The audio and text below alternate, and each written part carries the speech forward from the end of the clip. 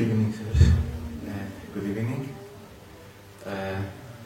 First, I would like to thank you once again about those beautiful moments we shared together.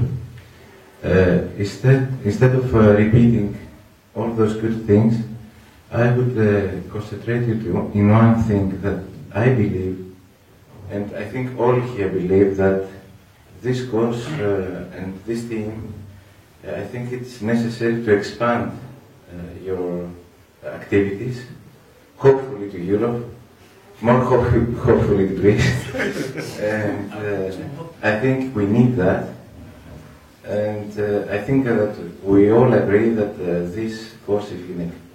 Thank you again.